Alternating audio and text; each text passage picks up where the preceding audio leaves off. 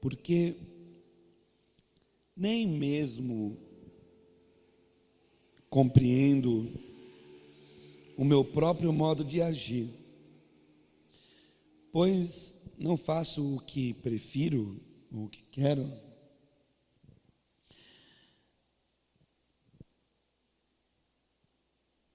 e sim o que detesto.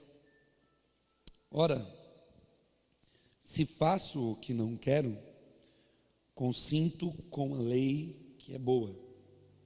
Neste caso, quem faz isto já não sou eu, mas o pecado que habita em mim. Porque eu sei que em mim, isto é, na minha carne, não habita bem nenhum, pois o querer o bem está em mim, não porém o efetuá-lo. Porque não faço o bem que quero, mas o mal que não quero, esse eu faço. Mas se eu faço o que não quero, já não sou eu quem o faz, e sim o pecado que habita em mim.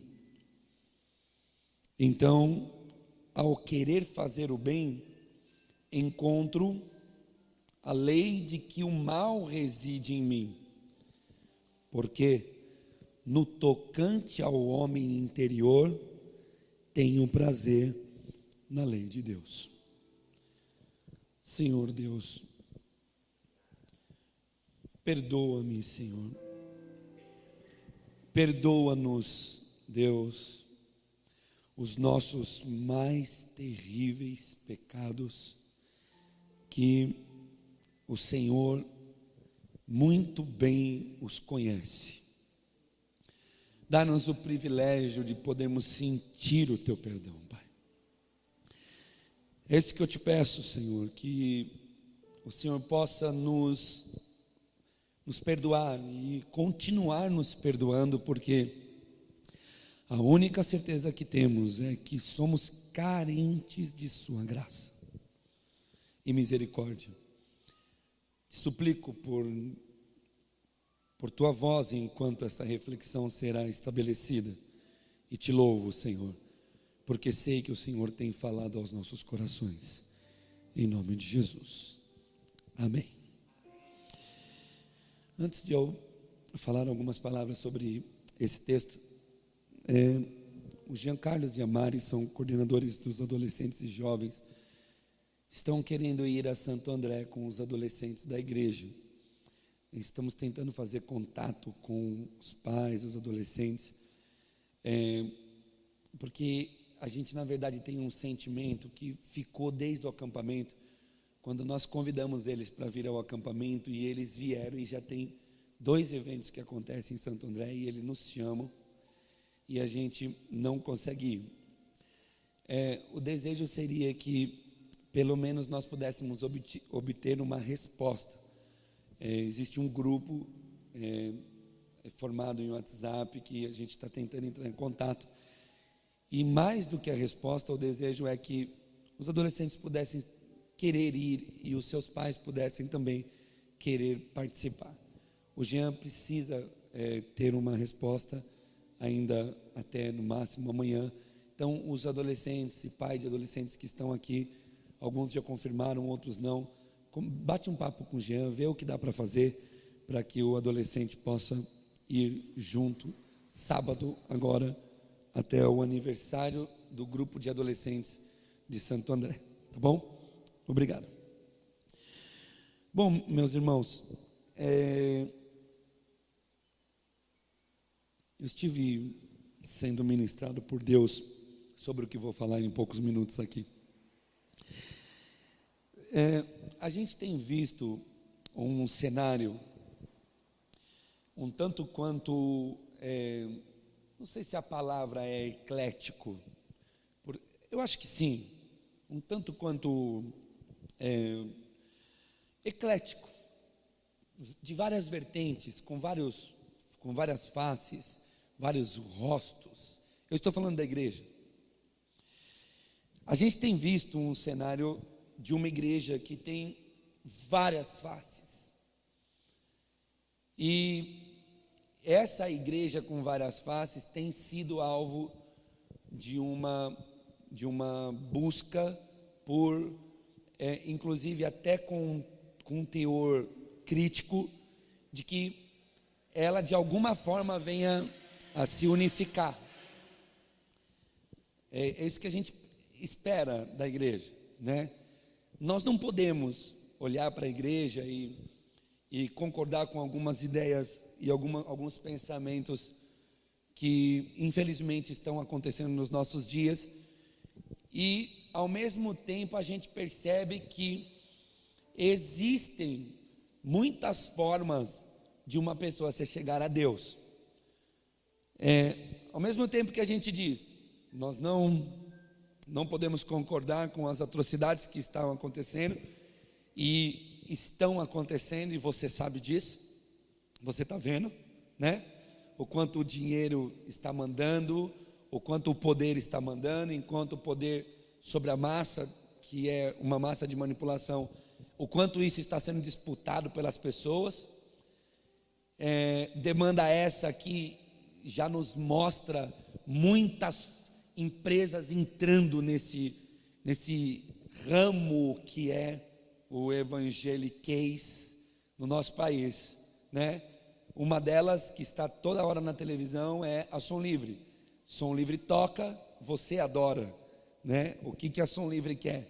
Ela quer uma fatia muito lucrativa, que é a igreja, e é uma fatia lucrativa. Ontem estava conversando com uma pessoa que trabalha com a música, ele disse, eles querem mesmo por N motivos, mas o melhor motivo é que ainda existe uma certa consciência dentro do cristianismo, dentro do evangélico, do povo evangélico, de não comprar coisas piratas. Ainda existe muita gente que não compra, e isso faz com que o mercado seja aquecido, porque o dinheiro acaba entrando. Então vocês sabem disso, vocês estão vendo.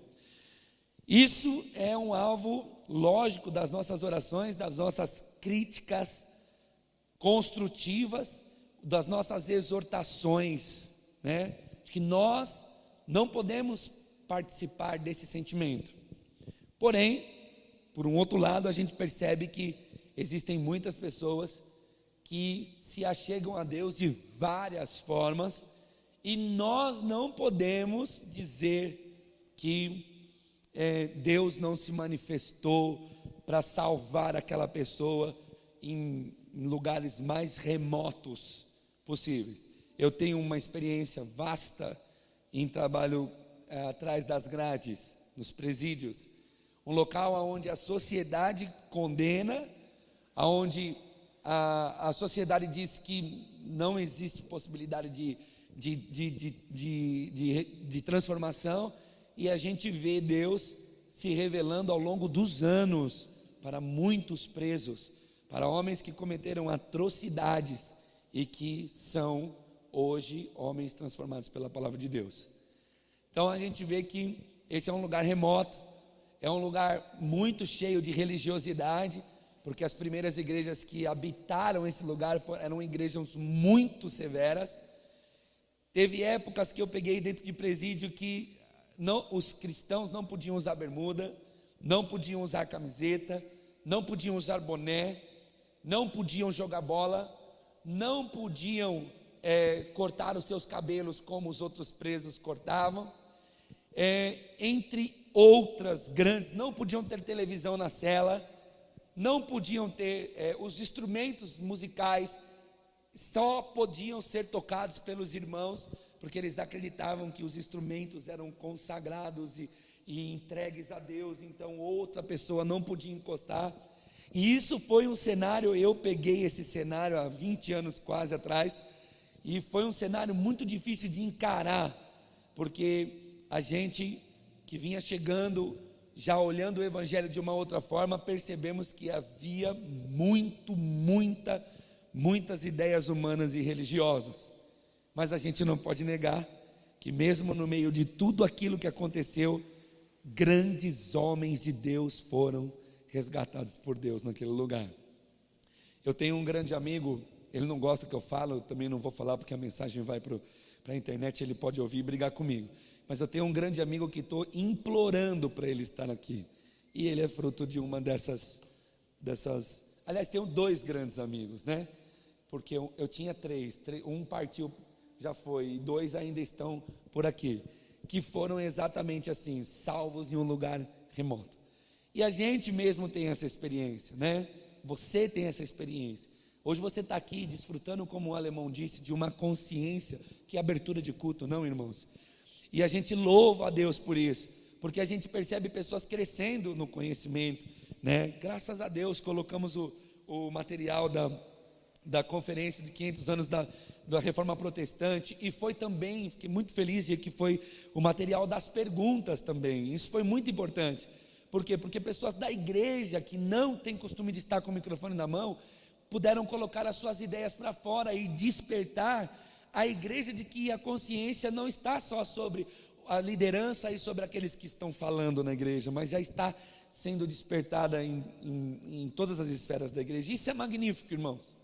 Mas a gente não pode negar que muitos de nós fomos salvos, fomos conquistados dentro de uma estrutura muitas vezes extremamente religiosa, extremamente fechadas, extremamente corrompidas. E eu não vou aqui tocar nesse assunto e dizer assim, não foi ou foi. Nós sabemos que Deus está nos convidando a uma fé verdadeira, e sabemos que muitos de nós participamos de muitas coisas lá atrás, que hoje jamais participaríamos, mas hoje, a gente, com toda a consciência que Deus está nos entregando, hoje jamais participaríamos. E eu estava pensando e sendo ministrado por conta disso, e gostaria de falar a nós essa noite sobre uma questão muito importante. É fato que muitas pessoas chegam a Deus por diversos motivos, e eu estava sendo ministrado por Deus e pensando, será que existe entre nós alguém que se achegou na fé em Deus porque percebeu a genuinidade da palavra? Porque a grande maioria dos brasileiros que se achegam à igreja e que posteriormente encontram Deus nas escrituras sagradas, deixe-me separar essa questão. Nós estamos vendo um cenário de pessoas que primeiro encontram a igreja, instituições que se chamam igreja, e ali por algum motivo ele permanece, mas aí ele encontra Deus na palavra. Esse é o motivo de tantos conflitos nos nossos dias. Por quê? Porque pessoas estão dentro de estruturas que se chamam igreja, e ao ler a palavra descobrem que tem alguma coisa que não está batendo. Aí lê a palavra e vê que Isaac nunca morre, mas a instituição que eu vou pede o Isaac, e o Isaac nunca volta para minha mão. Então essas coisas a gente vai olhando e vai percebendo. Enfim, muitas pessoas encontram a igreja e depois encontram o evangelho na Bíblia, ok? Eu não sei se tem alguém entre nós aqui que, não quero que você levante a mão, é só a nível de reflexão, que poderia dizer assim, não, eu encontrei a palavra de Deus porque depois eu percebi que o que me levou ao evangelho foi a genuinidade da palavra. Do contrário, a grande maioria, do qual inclusive eu faço parte, de alguma forma foi convencido a vir à igreja para que de alguma forma fosse recebido algum benefício. Então eu quero falar um pouquinho sobre mim. Vocês sabem que eu fui usuário de drogas muitos anos. Eu sou alguém liberto das drogas, fui usuário de crack há alguns anos, quase acabei com a minha vida, destruí grande parte do poder monetário da minha mãe em drogas. Quando não tinha mais dinheiro, então eu fui fazer mal para os outros, pegar o que era dos outros para poder usar as drogas. E toda a informação dentro da minha casa era a seguinte: filho, você precisa ir na igreja, lá o Senhor Deus vai mudar a sua vida, vai mudar a sua história, lá a sua vida vai mudar. E eu sei que vocês estão se identificando com o que eu estou falando, porque a grande maioria dos brasileiros que vão à igreja com um convite de alguma forma a sua vida mudar para melhor. Existe uma faixa desse convite que é totalmente genuíno.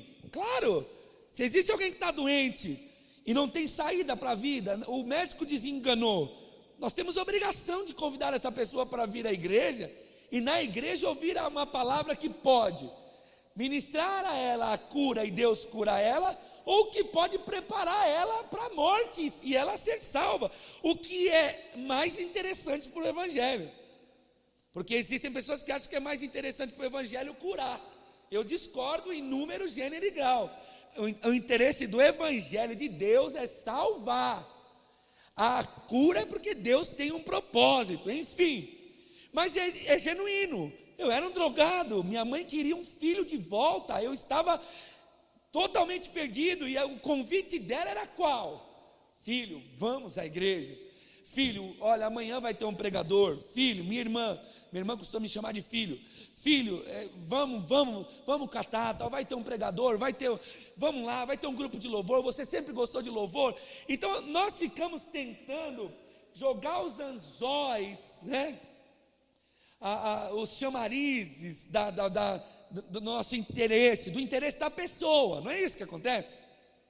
Você fica falando para a pessoa, olha, se você for lá na igreja, você vai ver. Você vê que hoje um dos ganchos, pilares do nosso ajuntamento, ontem nós tivemos com um amigo Enoque, e tinha um rapazinho que corta cabelo com Israel, e ele estava lá também na casa de Enoque. A gente começou a conversar e ele começou a falar abertamente, né?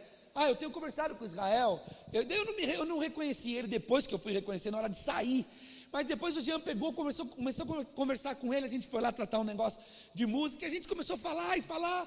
E ele começou a vociferar algumas coisas do tipo: eu não consigo. Às vezes vou em uns cultos, chego lá, só fala de dinheiro, só dinheiro. Eu não consigo. Eu preciso de uma igreja que fale de Deus. E a gente então disse: olha, se você então precisa disso, eu acho que agora você encontrou um lugar onde dinheiro não é o Deus, aonde Deus é Deus. Poxa, cara, eu tal dia vou lá, é que eu trabalho, enfim. Eu percebo que tem muitos convites que são genuínos, mas também percebo que tem muitos convites que são totalmente desvairados, né? Umas coisas totalmente fora da naturalidade, né?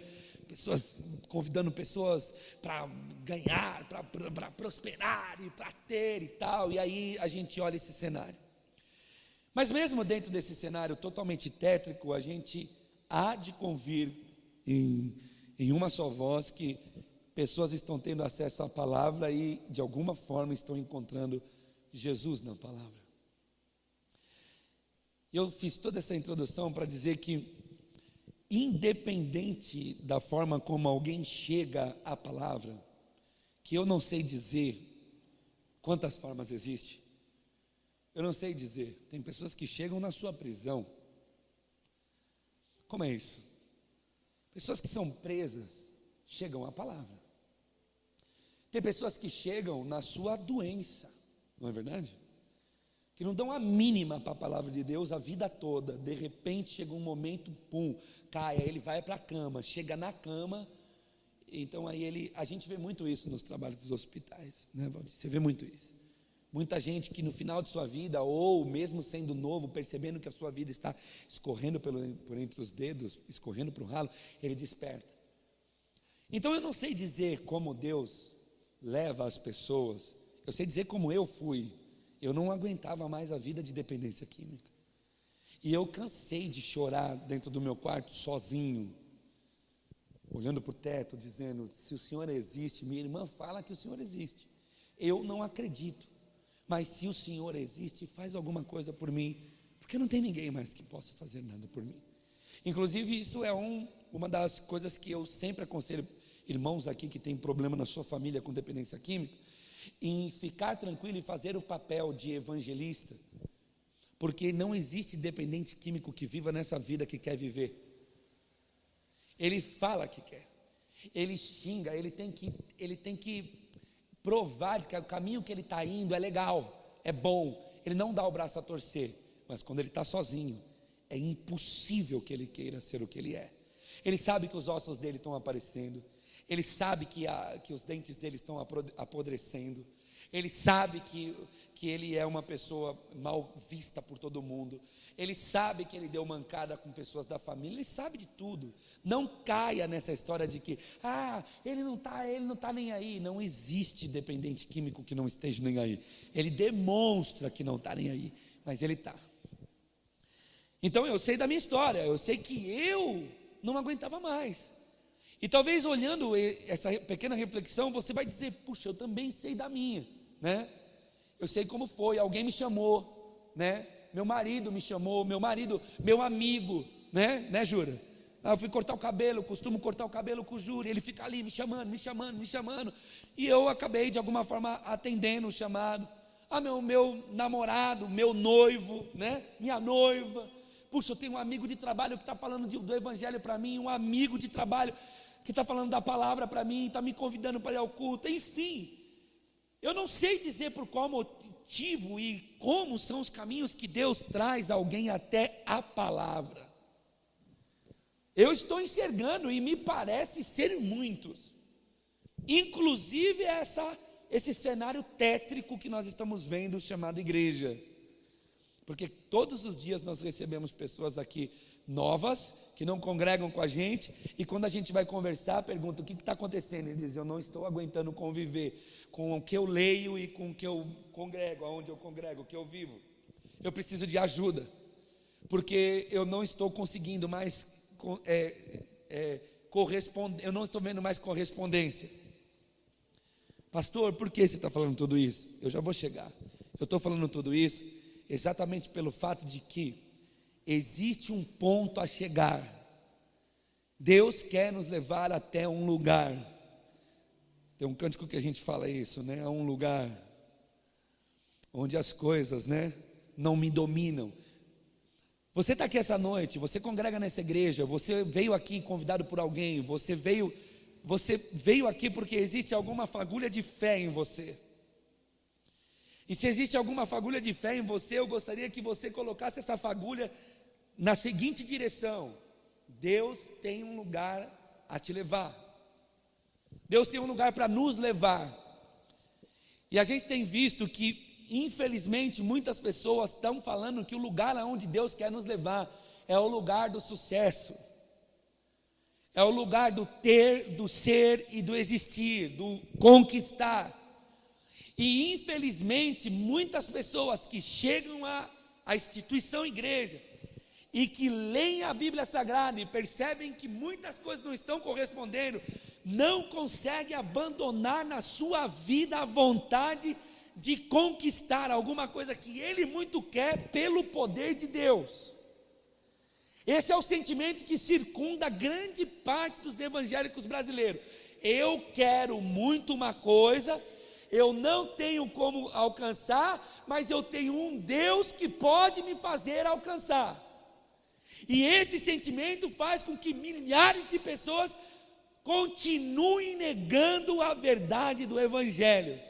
E isso é tão realidade que muitos deles são nossos amigos, e a gente pergunta: como pode alguém que ouviu o evangelho de Jesus agora está ouvindo as falácias de homens? Como pode? Pode porque o amor ao seu sonho está sendo maior do que o amor à vontade de Deus. Esse conflito sempre vai existir. Ele sempre vai existir, porque nós estamos olhando para o mundo, e o mundo está nos seduzindo, e ele não nos seduz à vida espiritual. Você já viu uma novela das 8 falar: gente, hoje não vai ter novela, convidamos a nação brasileira para orar? Aconteceu alguma vez isso na história? Não. Mas acontece uma novela que mostra o cara rico com os carros tops, com as casas tops, com os celulares tops, com os cabelos tops, com as roupas tops, com tudo top de tudo. Para quê? Para que a humanidade possa olhar e desejar. Então nós estamos sendo seduzidos pelo mundo. Mas aí a gente está aqui dentro da igreja, e a palavra de Deus tem nos confrontado. E por muitas vezes as pessoas preferem permanecer sobre o engano, a fim de encontrar alegria para a sua carne, do que tentar compreender na palavra qual é a vontade de Deus. Eu gostaria de dizer a vocês que Deus tem uma vontade para mim e para você. Deus quer nos levar a um lugar. E eu gostaria de falar a que lugar Deus quer nos levar. A despeito de tudo que você possa vir a viver nessa terra, o que na minha ótica é normalidade, dentro da sua profissão, dentro da sua vida, das suas escolhas, Deus precisa nos levar a um lugar. A um lugar que Ele levou o apóstolo São Paulo, irmãos. E eu, quando leio esse texto, eu digo assim: existem coisas na Bíblia Sagrada que estão claramente, está claro que Deus pegou a situação de quem estava com a caneta na mão e disse: escreve isso que está acontecendo com você, escreve os seus sentimentos, escreve, porque os seus sentimentos é exatamente o que eu quero de você. Então eu pergunto, você que está aqui essa noite, você sabe o que Deus quer de você? Ou o seu entendimento de o que Deus quer de você ainda está pautado em uma religião que fala de coisas que você quer e nomeia como se Deus quisesse, e é nisso que as pessoas acreditam. Tanto que você vai em um culto e você diz assim, ó, o que Deus falou para você, Ele vai cumprir. A galera toda grita horrores, aleluia, eu creio. Eu fico pensando, será que todo mundo naquela reunião está consciente de que Deus falou algo a respeito da salvação e está contente pela salvação? Ou todo mundo que está naquela reunião tem uma profecia vindo de Deus e tem certeza que Deus falou? E a pergunta é: Deus de fato falou? Ou eu estou chamando de voz de Deus aquilo que eu quero? Porque eu, por muitas vezes, fiz isso. Chamei de vontade de Deus aquilo que era a minha vontade. Porque eu vejo Deus como me vejo, e eu acho que Deus quer a minha alegria. Quantas vezes você viu pessoas falarem isso para você? Deus não me fez para ser triste, por isso eu vou separar do meu casamento e vou me casar com outro. Deus não me fez para ser triste, Deus me fez para ser feliz. E do lado desse traste eu sou uma desgraça. Não, está errado. Segundo o Evangelho, Deus te fez para ser feliz, e nós ouvimos isso no domingo. Mas a felicidade que vem de Deus é a consciência e a abertura da mente para entender que na cruz Cristo nos salvou, e a partir disso então eu tenho felicidade. Mas a gente vê uma estrutura que chama a felicidade daquilo que é o seu querer, mas não é isso. Creiam, leiam a Bíblia, não é isso, irmãos. A igreja, o encontro, o evangelho não é uma ferramenta para um Deus poderoso fazer o que você quer, não é. Esquece, isso não existe, não é verdade, isso é coisa de homem, não é coisa de Deus. Deus não é homem, Deus é Deus, e tem um propósito para todos nós. E eu quero falar sobre o propósito de Deus para nós. Eu sei que existem muitas pessoas que chegam diante de Deus de várias formas, mas todas as pessoas que chegam diante de Deus de várias formas e por vários motivos, precisam chegar em um lugar. Qual? O lugar aonde o pecado o incomoda. Você já ouviu alguma vez isso na sua vida? Deus tem um propósito para as nossas vidas. Qual? Nos levar a uma vida, a uma caminhada onde o pecado nos incomoda. Porque quando o pecado não nos incomoda, quando eu peco e acho ou nem sinto que pequei, quando eu tenho uma proposta de pecado, mas eu não tenho pesar nenhum a respeito daquilo que estou fazendo, eu estou do lado de qualquer um, menos de Deus. Menos de Deus. Alguém habita em mim, menos o Espírito Santo.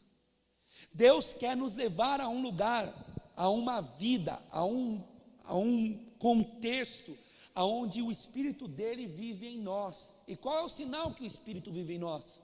É a gente conseguir fazer um bom negócio? É a gente conseguir ter, ser, existir? Não.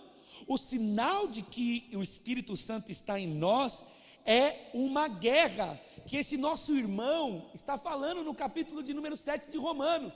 Ele está dizendo que a lei está mostrando para ele que ele é um desgraçado, que ele é um cara sem nenhuma possibilidade de salvação.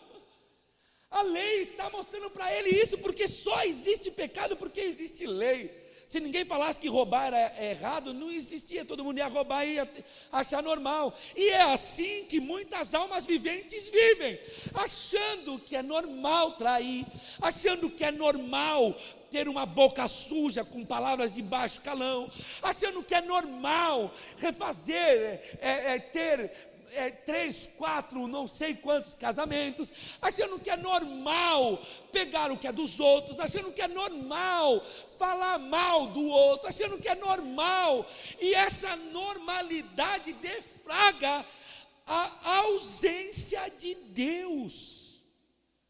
Então aonde Deus quer nos levar, irmãos? Deus quer nos levar aonde o pecado dói. Deus quer nos levar aonde quando eu pecar vai me doer, Fê. Deus quer me levar para uma vida que quando eu errar diante dele, isso vai me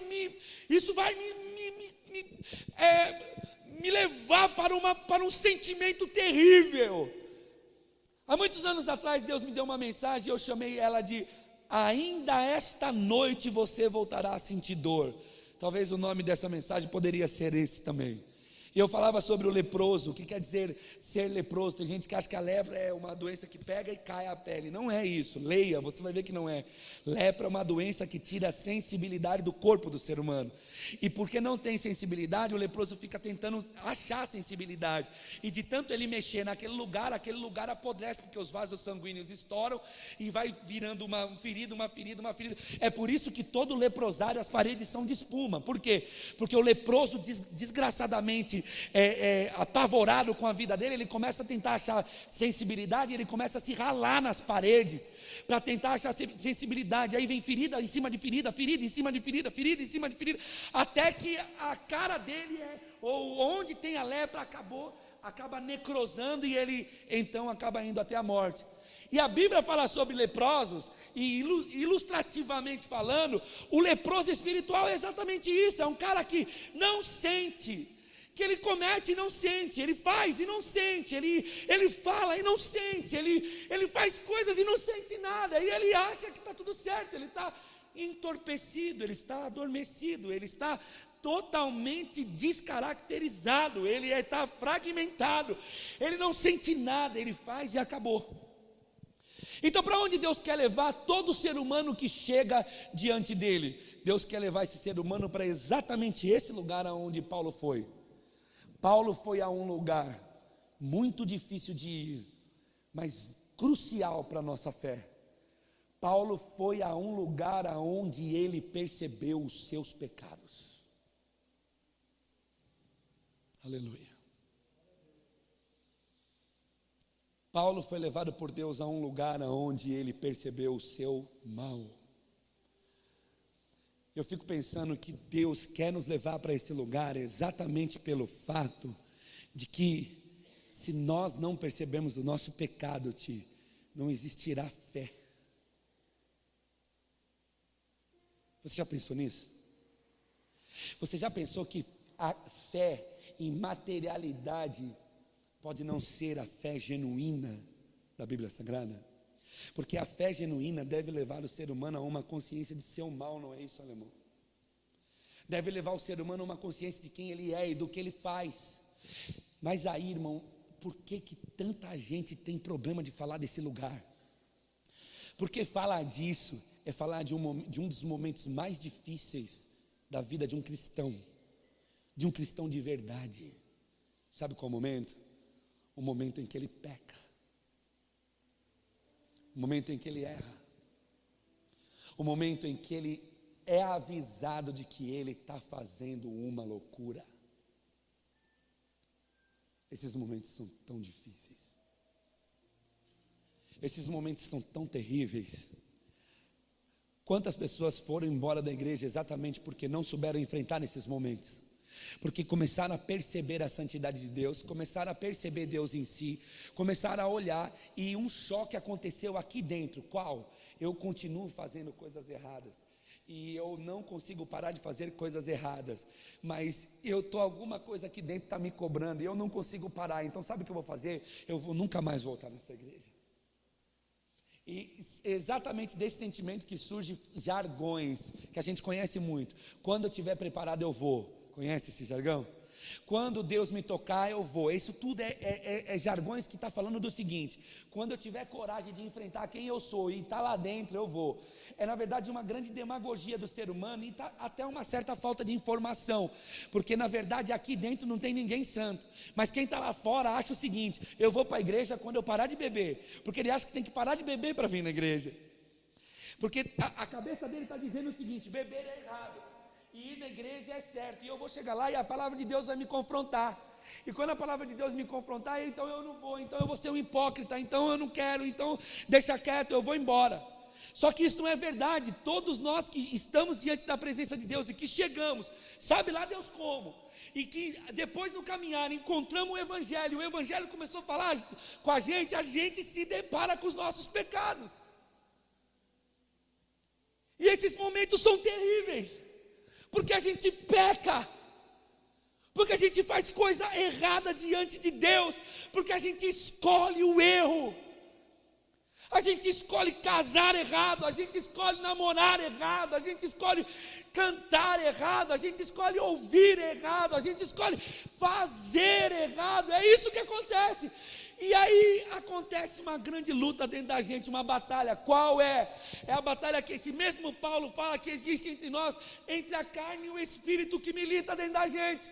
A carne que quer o deleite, a carne que quer a maldade, a carne que quer o pecado, e o espírito que quer a santidade, e o espírito que quer a presença de Deus, e o espírito que não quer que você seja essa pessoa, e o espírito que não quer que eu seja essa pessoa, e o espírito que quer me levar para um lugar onde eu compreendo tudo que sou.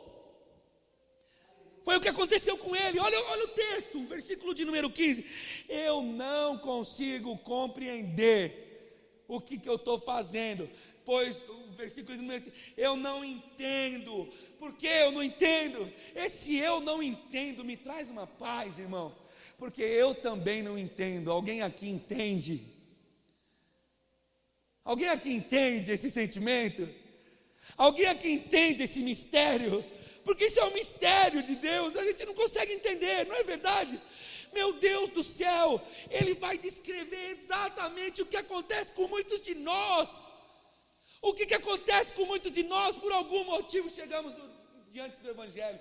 O Evangelho nos conquistou, a gente está lendo a palavra está nos mostrando coisa que a gente não entende. Eu não entendo, por quê? O que ele não está entendendo? Ele não está entendendo que tinha coisa que ele não queria fazer, mas ele fazia, porque o que eu quero, eu não consigo fazer, isso eu não faço, mas o que eu não quero, o que eu aborreço, é isso que eu faço. É nesse lugar que Deus quer nos levar, meus irmãos. Meus irmãos, do que adiantaria estarmos num culto onde alguém está gritando, é hoje, amanhã vai ser nossa semana gloriosa, você vai ganhar, fechar, quando esse lugar ainda está obscuro para você. Porque você pode fechar, ganhar, vender, comprar, e a sua vida pode discorrer, mas se esse lugar estiver obscuro para você, não existe fé em Cristo. Não existe.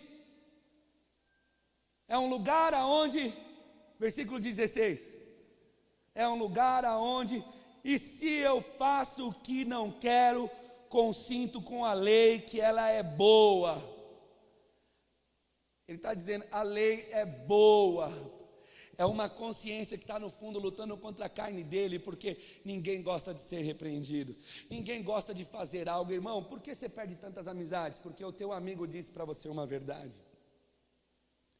Agora com Deus esse negócio não dá certo, porque Deus, quando vem morar dentro da gente, Ele vem morar e não tem jeito, e fica como um martelo que tine na cabeça. Isso não está certo, não pense assim, não faça isso, continue seguindo, acredite que eu posso te levar para o meu reino, acredite que eu te salvei, continue, lute, busque santidade, busque ler a Bíblia, busque orar, vai, continua, a lei é boa.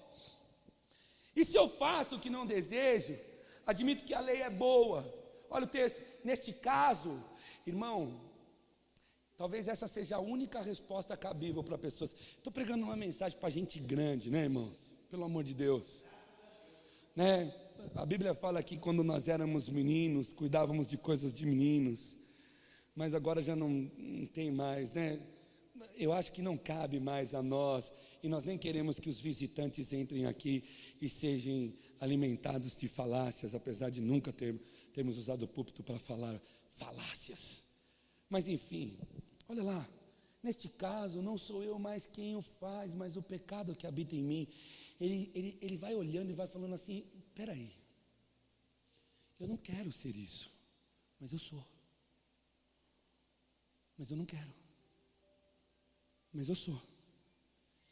Irmão, esse lugar é um dos lugares mais difíceis de chegar, mas eu garanto a você que é o melhor lugar que você vai poder chegar em Deus.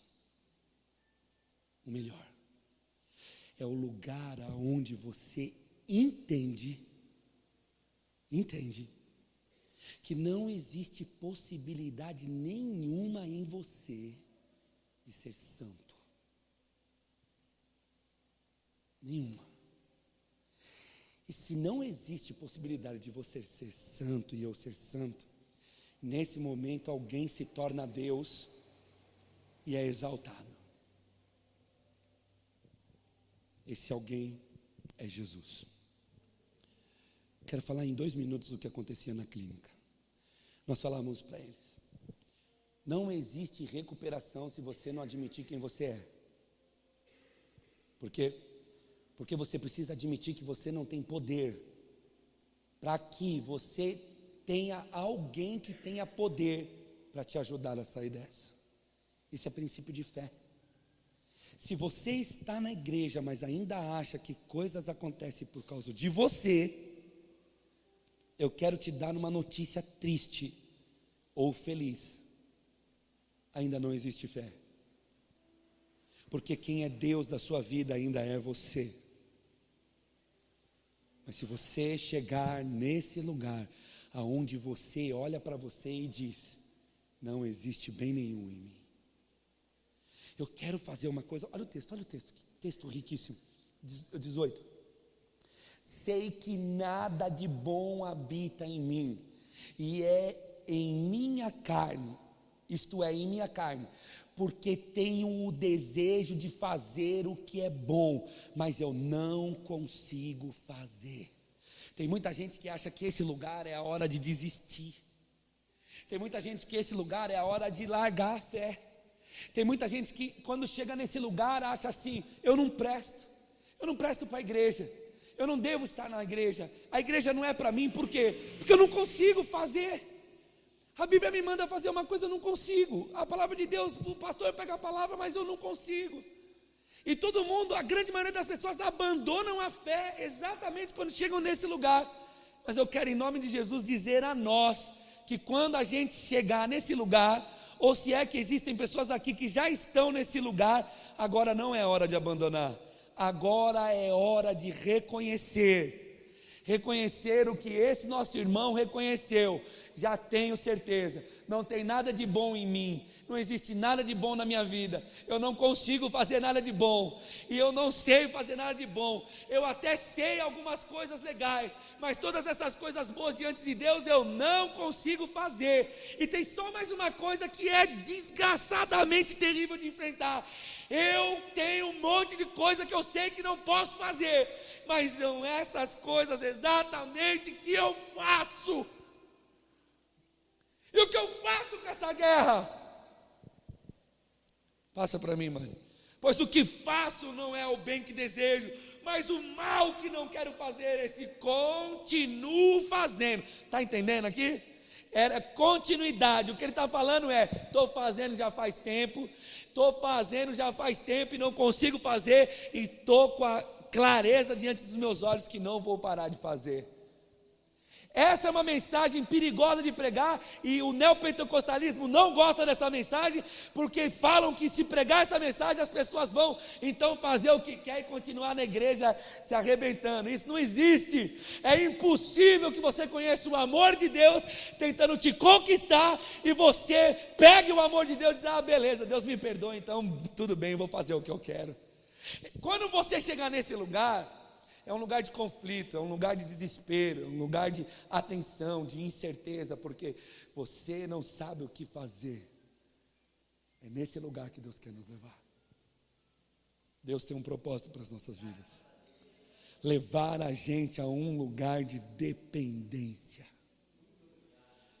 Irmãos, nós precisamos chegar ao lugar onde nós dependemos de Deus. E não é depender de Deus para dar certo um negócio, não é depender de Deus para dar certo uma venda, não é depender de Deus para dar certo, não é isso. É depender de Deus para a gente conseguir entender que em nós não existe possibilidade de santidade, que em nós não existe possibilidade de agradar a Deus, que em nós não existe possibilidade de sermos quem Ele quer que a gente seja. Não é encontrar em Deus ajuda para as coisas materiais, para meu umbigo ser alimentado. É encontrar em Deus a ajuda para discernir o conflito que todo cristão, quando entra por dentro, por essas portas, ele descobre. E que lugar maravilhoso é esse? É o lugar onde Deus permitiu que o irmão escrevesse coisas que nos revelaria a paz. Olha que coisa. Ora, se faço o que não quero, já não sou eu quem faz, mas o pecado que habita em mim. Foi tema de um acampamento de jovens que chamava O Impostor que Habita em Mim. É um livro de Brennan Manning, se você quiser comprar e ler. O Impostor que Vive em Mim. É uma maravilha de consciência, é uma alegria de discernir que existe um impostor que está dentro de nós. Existe um desejo de carnificina, existe um desejo de abandono, existe um desejo de carne, de pecado, existe um desejo de alimentação, de promiscuidade, e muitos de nós não conseguimos entender e abandonamos. Olha o que ele diz: assim encontro esta tal lei que atua em mim, quando quero fazer o bem, o mal está sempre junto de mim. Que lugar maravilhoso é esse, irmãos? É o lugar onde você compreende isso. Eu estou querendo fazer o que é certo, mas eu não consigo. Eu estou querendo pensar do jeito certo, mas eu não consigo. Eu estou querendo falar o que é certo, mas eu tenho uma dificuldade. Várias áreas da minha vida já foram santificadas, mas tem umas que se recusa a se converter. Tem algumas áreas da minha vida que que ela recusa a conversão. Eu escuto a palavra, domingo Deus fala comigo, eu choro na ceia, eu canto, eu glorifico, eu louvo, eu leio, eu oro, eu busco, mas está sempre diante de mim. Olha que coisa. No íntimo do meu ser, tenho prazer na lei do Senhor. Se coloque de pé em nome de Jesus.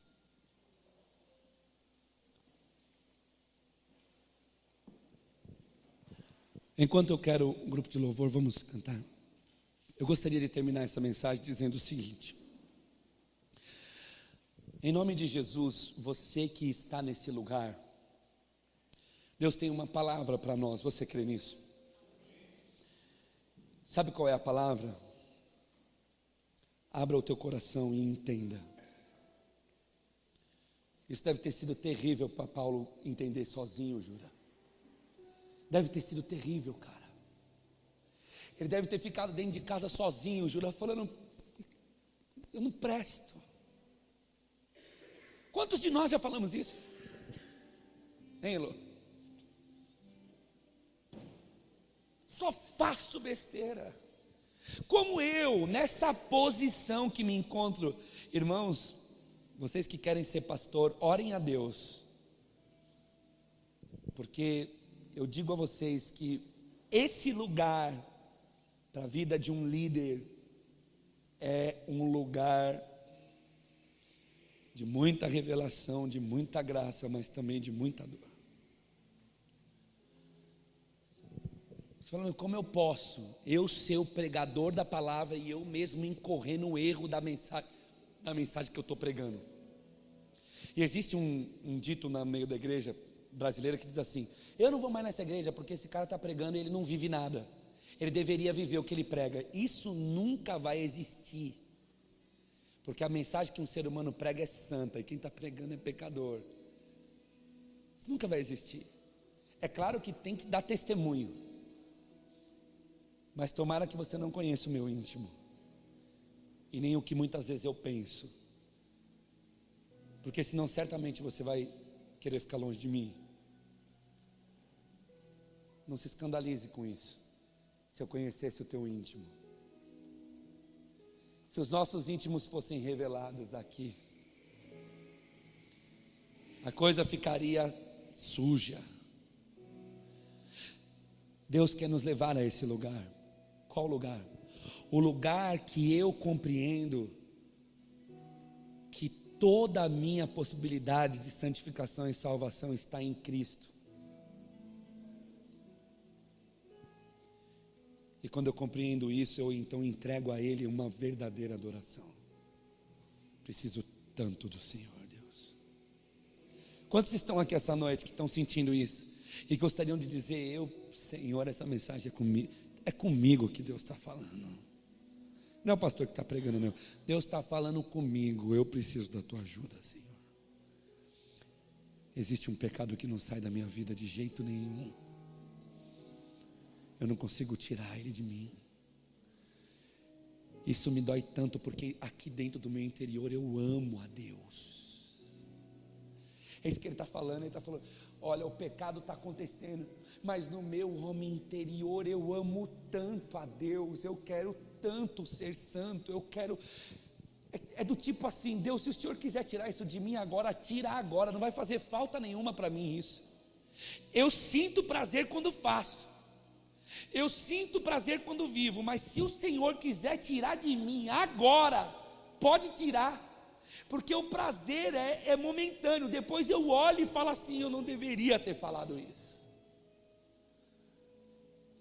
É por isso que eu não vou mais à igreja, porque eu não consigo vencer. Não, irmão, não faça isso. Não faça isso. Talvez você esteja exatamente no lugar onde Deus quer levar todo ser humano, e você não está conseguindo compreender que agora é hora de se render. Aleluia. E dizer a Deus: me ajuda, Senhor.